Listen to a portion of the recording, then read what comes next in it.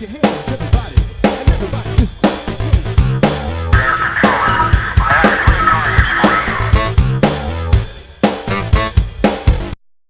Magic show here today. I guess this is a mystery tour, apparently. So you're not sure where you're going next? Well, I don't know either, so I can't inform you. But I'm Greg Bordner, owner-operator of Abbotts Magic. And the magician today will be Gordon Miller. He's getting ready even as we speak. How you doing back there, Mike? Ready. Okay.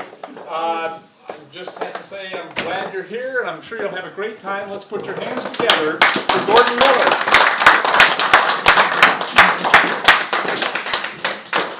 Good morning. Welcome to Michigan if you're not from Michigan. Anybody here who's not from Michigan? Okay, good. Welcome to Colon, the town that you're in right now, and more particularly welcome to the Abbott Magic Company, the building and business that you're in right now. Colon calls itself the magic capital of the world. How could a town of 1,100 people be called the capital of anything? Well, I'm going to explain that before we do any tricks at all, okay? It started a long time ago with these two gentlemen whose pictures are on the front wall here. We'll start with him. That's a portrait of Harry Blackstone. Harry Blackstone was a very famous magician during the 1930s, 40s, and into the 50s. He came to Michigan in the late 20s, mid to late 20s, and the reason that he came to Colon is the reason that a lot of acts have faced during those years. Theaters weren't air conditioned, so you had to store your show. And he stored his show up in Kalamazoo, a much bigger town than Colon, and he thought he was paying too much money for storage. So he sent his wife out in the car and said, find us a place where it's cheap to live and where they have good fishing. Now, if you ever see Colon from an aerial view, you'll know we're almost completely surrounded with rivers and lakes. So she came down here. She said, Harry, I think I found the place, and the Blackstones moved to Colon. Now, I used to ask audiences if they knew who this was, this portrait over here, and so many people kept saying Bela Lugosi, the famous Hollywood horror movie star. That's Harry. There is a resemblance. This, however, is a portrait of Percy Appt. Percy Appt was from Australia. He was a magician, a ventriloquist, a comedian, a juggler, a master of ceremonies, sort of a jack of all trades. And he knew Blackstone through correspondence. When he came to the States, he came to Michigan. The two of them one evening must have gotten their heads together and said, you know, it would be a good idea for the two of us, make a partnership, and we'll start a mail-order magic company. And that's what they did. They started a mail-order magic company, which they decided to call the Blackstone Magic Company, because he was much better known here in the States than was Percy.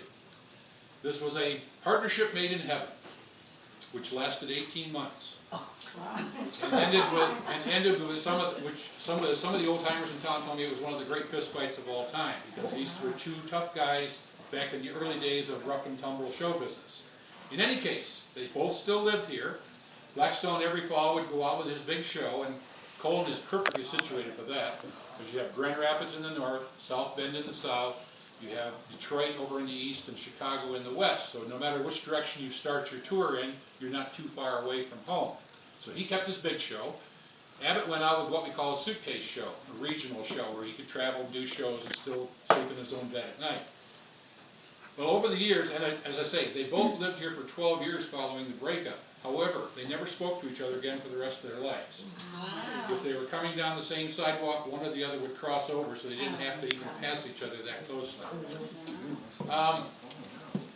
By this time, Abbott had met a local girl, Gladys Goodrich. Yep. He had met a local girl, Gladys Goodrich. They decided they were going to get married, start a family. You can't do that when you're on the road all the time. So they decided they would come back to Colon permanently, and some evening they must have gotten together and said, you know, that mail-order magic idea wasn't such a bad idea after all.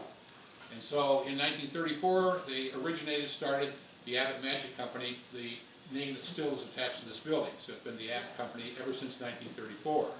But if anybody's to ask you, I don't know why they would, anybody's to ask you, why is Colon the magic capital of the world? You can honestly state it's because Harry Blackstone Sr. liked to fish. Clap your hands, everybody, and everybody just